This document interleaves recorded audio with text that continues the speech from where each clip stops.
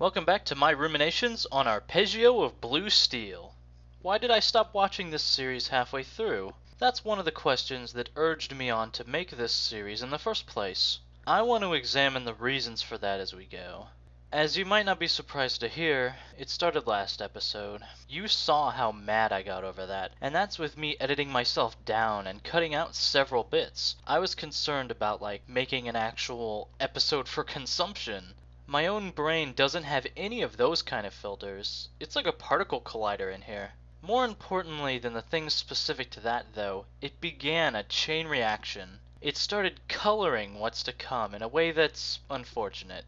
Put simply, Arpeggio started to lose me as a viewer, bit by bit. When you're trying to go along and enjoy something, you can let a lot slide before it starts impacting your enjoyment, but when your ire is already up, you notice every little thing. Is that fair? I don't know. But it's what happens to almost anyone when we consume media. Just keep in mind as we proceed that I like getting emotionally invested, and for the duration of the show, treating things as though it's real in a sense, as in real people doing things and whatnot. That may help to inform my reactions. Episode 4, Assault on Yokosuka. Alright, we're back in action. This episode is similar in principle to the battle against Takao, although I guess any battle with surface ships on one side and submarines on the other will turn out similar. The odds, however, are way more heavily stacked against our heroes. It's not focused 100% on battles. We get some surprisingly good character moments for the new arrivals, the fast battleships Haruna and Kirishima. As we open up the episode, they open up with their naval guns, laying siege to the harbor and, I will note, effortlessly pounding right through the defense barrier. Nobody could have seen that coming. The opening part of this episode is kinda hard for me to watch. I say that not because it's bad, but because of the effect it has on me. It's a purely subjective thing.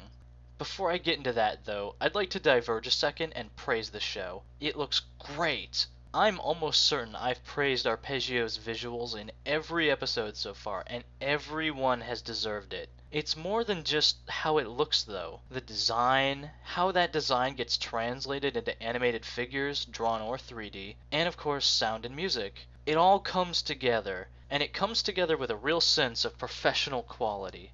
I like warships and cannons and stuff, so I'm definitely biased. But when we see the cannons firing like in the opening, it just feels right. It sounds right, it looks right. Something about it is simply a treat for those that enjoy that sort of thing. And that deserves a mention and a raised glass.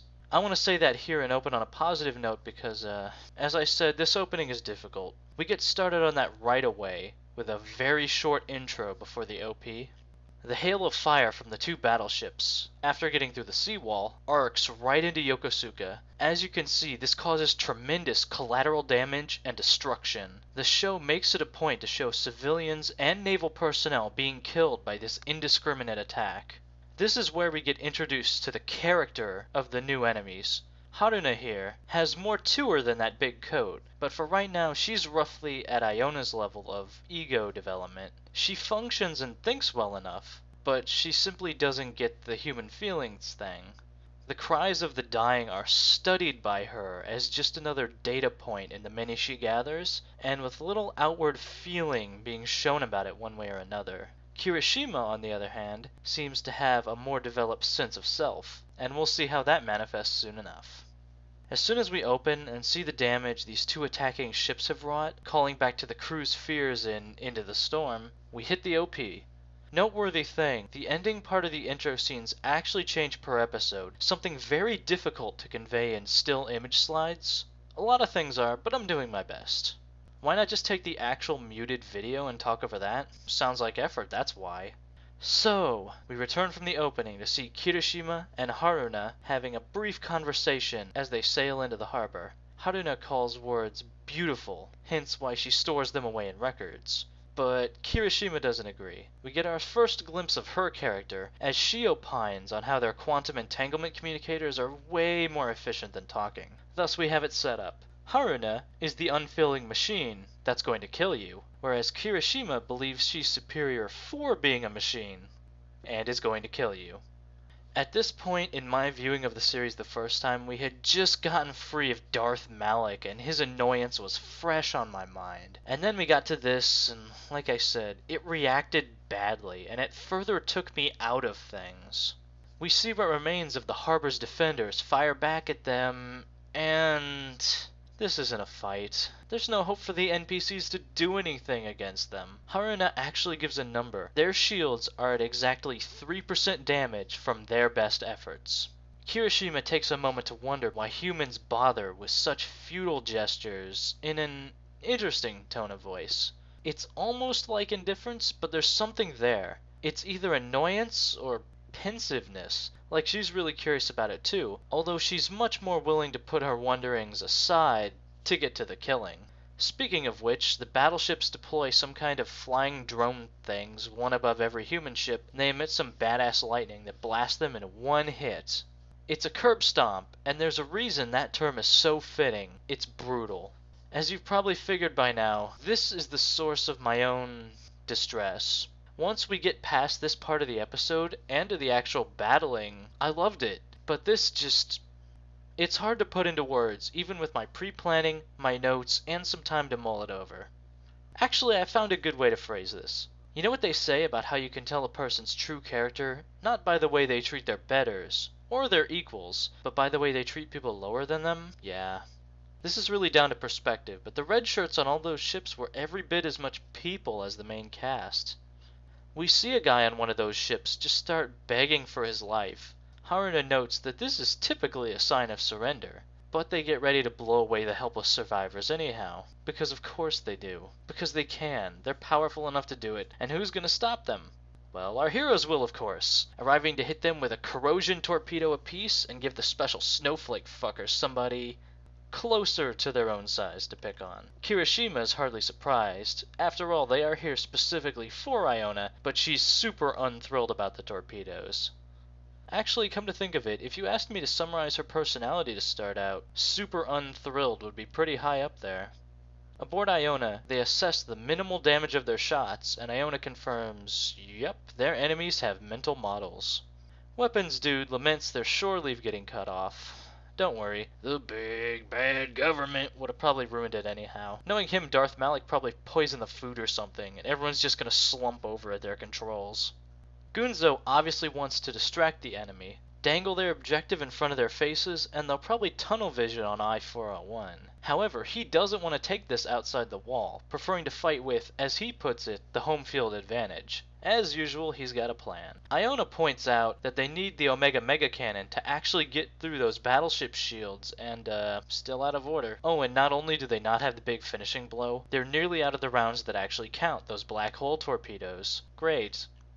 If nothing else, this episode is already providing some breathtaking close-ups of the fog battleships. Speaking of, welp, we've got aggro, now we just need to figure out what to do about it. First step, run away! Iona takes them down, down, down, hugging the ocean floor, which as you'll recall, is the remains of the sunken city. Damn you, global warming! And now, our murderous villains engage in their most shocking act yet. They call Iona up on Skype without prior warning. No, really. Haruna wants to talk with her about stuff, so they meet in the standard fog chat room place. This mental communication thing is a super useful thing for the story. For instance, this is another chance for us to see fog ships interacting without any humans present, and again it's very interesting. Given the edge this conversation has as well, it really makes for an enticing interlude, and a chance to get inside the characters' heads, kinda literally. Even though the fog has contempt for humans and kills us and whatnot, they're still deliberately mimicking us in the way we talk, the way we act, the way we do things. Last episode, Maya talked about how humans prepared their tea, and here, Kirishima suggests a sit-down chat since, well, that's what humans do when they want to talk about stuff. Haruna has a very simple question for Iona. Why? Why help the humans? Why fight her own kind? She even lets slip that Takao's gone off to find a human crew of her own. Or probably try to steal one of Iona's human crew for lewd things. This war is getting more weird every episode. Anyhow, Kirishima also doesn't really get it. She agrees with Kongo in saying there's nothing more they can learn from humans. Hey lady, stagnation equals death. One way or another, even if you are OP. And you are. Iona's response is very simple. She doesn't know if there's more to learn from humans or whatever, but she needs a captain. She's become Gunzo's ship, and that's all she needs. The two battleships don't really argue with this. You know, given how quickly Takao's supervillain front collapsed after like a single fight, and given what will happen later, the way the fog ships act towards stuff, it's interesting. There's a certain childlike curiosity and naivete in their actions, which is entirely appropriate given their mental models are like a few years old at most. And of course, it's juxtaposed with them firing torpedoes and bombing cities and stuff just for that extra twist of the knife.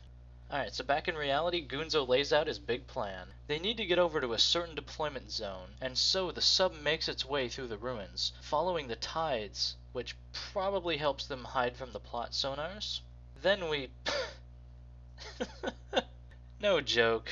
I knew this shot was coming up from previous viewings, but I didn't know when, and it took me by surprise and I started to laugh. You know, I've heard a few times from Arpeggio fans who feel like their show is the more highbrow, intellectual of the Ship Girl programs. More sophisticated and all that. Not really. You're just like the rest of us boat fuckers. Face facts, man. The opening sequence of the show makes it a point to show Takao's chest in motion. In fact, Kirishima's has a noticeable bit of physics going on when she does the bend forward thing. Takao goes into Captain Warship submissive mode way more than any of the Kankole ships even, and they were built for boat harems. I'm not saying it's bad or that I dislike it, but I am saying you're just like us pleb Kankolers. Also, I guess I'll use this chance to address character designs. The mental models in Arpeggio have some really cool and interesting looks. I think for the most part they look great. It took a while to warm up to Kongo and Takao and their dress things and the hair, but really I like it. Even the big coat thing Haruna's rocking isn't bad. Kirishima, though, seems weirdly out of place compared to all the other outfits we see on fog ships. My friend suggested she probably stole it from actual humans with no sense of fashion or something rather than making it herself. Ha! Puny humans! Give me that! Yes! Now my ass will look fantastic! I think I got distracted again. Really, can you blame me? Mass Dude confirms this part of the city was lost due to rising sea levels. I don't know if this is really the best argument against global warming, though. I mean, my wild guess now is it'll probably turn out in the end that the fleet of fog was made to punish humanity for messing up the planet, or some stupid shit like that. In which case, if we trash the planet, we get boat waifus in return. So, Gunzo orders them to cut engines and drift in, with all the ruined buildings around them making it impossible to get them on sonar. Plus, he's even got a way to get over to the place they need to be to do their thing. Oh wow, Arpeggio really is dedicated to making me eat my words. The defense barrier is actually coming in handy. I was about to mention how this battle could have happened in an open harbor, but it really couldn't.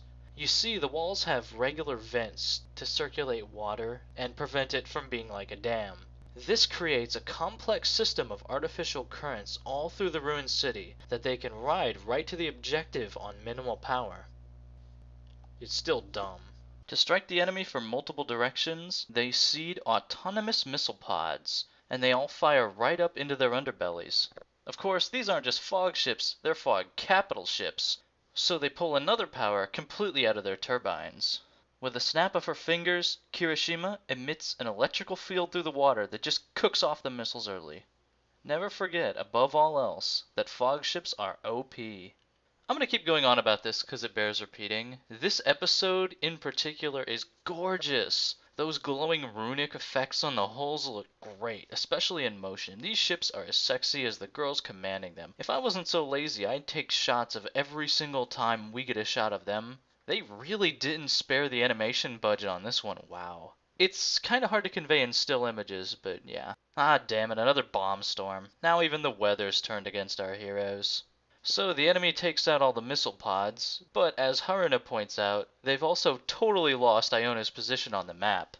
As with Takao, the human element makes all the difference in the fight, making it far more difficult for the enemy to predict Iona's next move or outsmart her.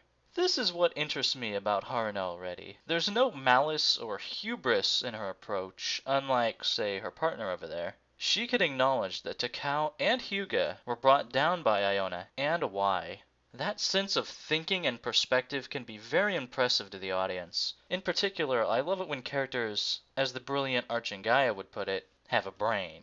Also, I love this shot of Haruna up on the citadel because it's a great bit of perspective. Also, it kind of raises a thought process for me. A lot of the space you see there is crew accommodations. Notice the windows and stuff? But that's obviously not necessary on a fog ship. An aircraft carrier, for a random example, has a complement of thousands of people. Do fog ships still have that space used for that? It's sort of a visual metaphor for how the fog are trying to become some new superior machine race, and yet they're still so obsessed with humanity they can't understand us to their detriment. Now that I'm watching with a bit less of an upset filter over everything, I am absolutely loving the character stuff with these two battleships. Haruna suggests that if they meet the same fate as Iona's other enemies, they might experience regret. To this, Kirishima wonders out loud what good it does to reject a decision you've made after you've made it. She has a directness in her manner and perspective. It can manifest as cruelty, especially when she's murdering people, or not being as smart as Haruna, but it's more like just having different sensibilities. Much of what she says has a logic to it, in the way a smart person who doesn't actually understand how people work would think. As somebody who's become intimately familiar with the idea of regret over the past year of my life, I have a personal appreciation for the way she just doesn't see the point in it. She tries the "we're only weapons, we don't need feelings and stuff" routine. Given how Takao collapsed after a single battle like a house of cards, and how fog ships act in general, I suspect a lot of this is for themselves. Like how you can keep saying, "I can do this," to psych yourself up more than to reassure others. You know, for a pair of military AI running huge battleships, these two have horrible situational awareness. They let Iona get off another perfect torpedo hit, not even noticing it's en route until 2 seconds before impact. Now it gets absorbed into Kirishima's shields, but wow, when they're engaged in conversation they really lose their focus. By firing though, Iona's given away her own position. Kirishima winds up to return the favor with her energy cannons when she gets nailed again. Wow, natural ones on those spot checks, ladies. That or the weapons guy is the one who drank his coffee this episode. The battleships quickly realize that the contact they see straight ahead is actually the ancient rusting hulk of the IJN Mikasa, made up to look like Iona with nanomachines, son. The real one did that sneak attack. The fact that the attack did no actual damage doesn't take away from the quality of the plan, or how much it makes Kirishima mad, so hey. After all, we keep getting hits. They're just not doing the damage we need. Gotta find some way through those goddamn shields. At least Kirishima's attitude is taking on water fast. She's starting to have a bit of a breakdown as a result of this. Actually, it's more like she's getting way too into it, like manic. Haruna, the girl who literally studies human emotions since she doesn't actually understand them, takes one look at her and knows, mm-mm. So Kirishima decides to fire everything, especially since, according to the map, Iona's backed herself into a corner. And when Kirishima goes for fire everything, she fucking means it. Look at this. Sonar Girl says they have over 120 torpedoes in the water coming at them, with more on the way. Fog ships are OP. Our heroes crash dive into the ruins, try to get some shelter, enduring the latest outbreak of severe bombing. From above, it looks like they've just vanished, or been destroyed, but the enemy knows better than that. Oh, and when Gunzo says crash dive, he really super fucking means crash dive. Good luck getting a sonar reading on that shit. Weapons Guy is understandably questioning whether they can actually do this. They have precisely 2 of the good torpedoes left, and that's it. The same good torpedoes that haven't even buckled the enemy's shields twice now on direct hits. However, the one who tries to reassure him, surprisingly enough, is Iona herself. She's now confident they can win this. Apparently the enemy didn't get the memo though, because then they get super ultra serious. Kirishima charges up for some huge attack, and Haruna follows suit. God damn, this episode offers some awesome visuals. I'm taking more screen caps than usual because there's so many memorable shots. It's really improving my enjoyment of an episode that I expected to be kind of mixed on. That's why I keep going on about it. Oh fuck, more gravitons. They're weaponizing the pure raw power of Will Smith giving the worst performance of his entire career. As you can imagine, that makes quite an impact on everything around it. So Sonar Girl, Shizuka, easily picks this up. Actually, it starts rumbling the deck down there on the ocean floor, so this really is going to be something big. Probably not going to be healthy for the city at large, although I'm hoping evacuations are underway by now. Unless Malik has troops forcing the people to stay Dark Knight Rises style, because it harms humanity more that way than letting them leave. So this thing actually splits the fucking sea open and drags Iona right up to surface level, right into the sights of... God damn.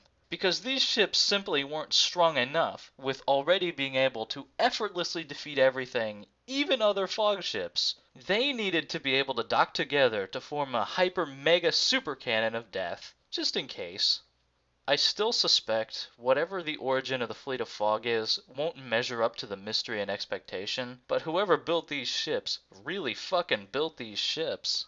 Gunzo's only reaction is now both their enemies are together, so that'll make it easier to defeat them. Really, they're right where he wants them now. Gotta admit, man, your confidence is bordering on Baghdad Bob levels now. By the way, the music's building towards an energetic crescendo as we approach the climax of the battle scene, with the same operatic theme we heard in episode 1 when the fog was cleaning house. Anyhow, Gunzo orders engines all ahead full, but getting free will be a tough order. "I'm giving her all she's got, Captain, but I cannot change the laws of physics." Oh, who am I kidding? Fog ships can do that too, probably. My current guess is Congo has an infinite improbability drive mounted or some shit. Actually, Iona does manage to wiggle around in the tractor beam enough to cause some problems, especially since this super cannon is most definitely a spinal mount that can't really move or swivel. They'll have to pin it in just the proper place for the money shot. Thing is, to charge up and fire, they need to open up a hole in the shields pointed right at Iona, for obvious reasons. Gunzo orders missiles, but Kirima uses lasers for point defense to counter that. Even so, Harusha needs to devote basically all of their resources to charging up the ion cannon, leaving very little left to, say, deal with any tricks our heroes might have up their sleeve. "Any time now, Gunzo." "Intensify the forward batteries, I don't want anything getting through." "Intensify forward firepower? Too late!" They get a single shot into the center of the building energy Will Smith ball, and it creates one hell of an explosion. Actually, to be precise, the missile pod they left in Mikasa's wreckage got a single shot into the center of the fuckball. Neither of the battleships were expecting that little trick. Nice thinking, Gunzo. With the battleships already falling apart around their ears, even normal rounds will be more than enough to finish the job. Works great, although I must admit it's unspeakably badass to watch the mental models literally bat away missiles headed for them. It's definitely not enough to save it though.